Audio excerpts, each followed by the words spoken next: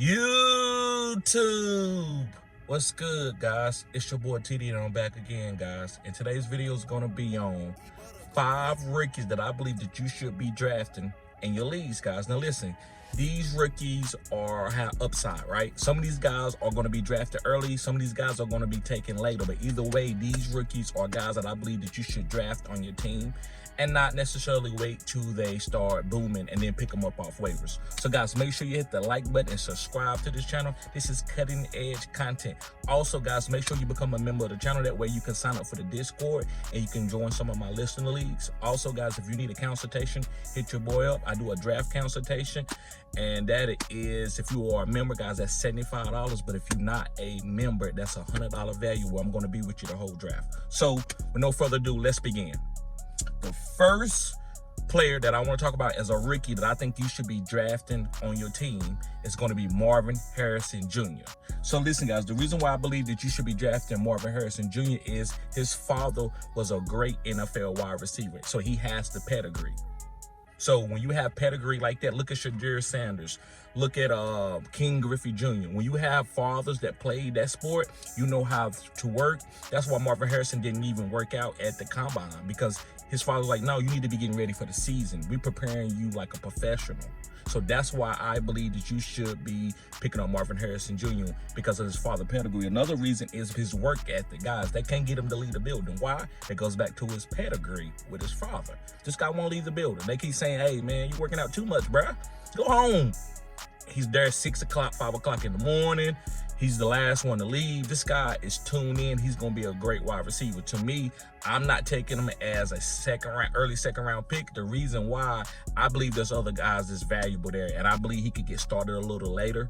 But maybe trading for the guy at a certain point in time could be a good reason to pick him up. But I'm not taking him early. But I'm not. That's me. Don't you do what you need to do, because this guy can play and he is elite. He does have a pedigree. And also, guys, Kyler Murray can hyper target a #1 wide receiver. Look what he did for D-Hop, right? So he can be hyper target. Moving on to my second guy, it's another wide receiver, and it's Malik Neighbors. Yes, guys, Malik Neighbors. And listen, Malik Neighbors' ADP right now is going in the 3rd or the 4th round, depending on your league. And listen, one of the reasons why I like Malik Neighbors is his ability, his yak ability. He reminds me of Debo, kind of like a running back when he touched the ball. So in a Brian Daboll offense, guys, I believe he's going to be getting screen passes, kind of like they did for Cole Beasley, and also he could get hyper targeted like they did Stephon Diggs and Josh Allen, right, when Brian Daboll was the offensive coordinator there. So I like Malik Neighbors. Another reason is draft capital. He was taking what, top 7 picks. So when you're taking in the top 7 picks, guys, usually they're gonna make sure they design plays and give you manufactured targets, especially in a Brian Daboll offense. All right.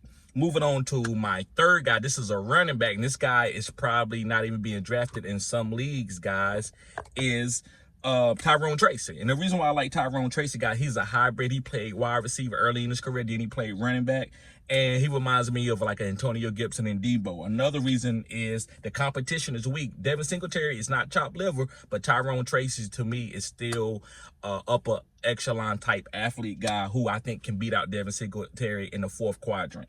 Also, guys, his running ability. Don't you know that he led college football in missed tackle? His missed tackle rate was the best in college football. So that can translate to the NFL. Going on to my third guy, guys, is Brock Bowers. Guys, make sure you hit the like button, subscribe to this channel. This is cutting edge content. So the next guy is Brock Bowers. So listen, guys, Brock Bowers is going to be in a play action offense, which that helps the tight end. So this guy has great yak ability too. He's almost like a running back when he touched the ball in his hand. I call him Baby Kittle.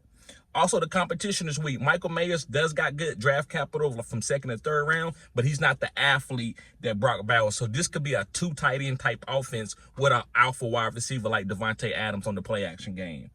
And also, guys, his draft stock is high. He's a top 10 pick. So when you're a top 10 pick, you're gonna get manufactured targets like I mentioned earlier in the video.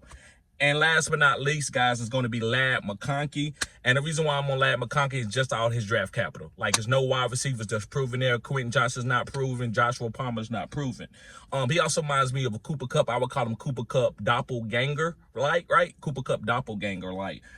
And the draft capital is there. He's taken in the first round, so he's going to be moved around in this offense. So I'm willing to draft this guy. His ADP is probably like 6 or 7, depending on your league format. Sometimes he's getting drafted earlier than that, guys. All right.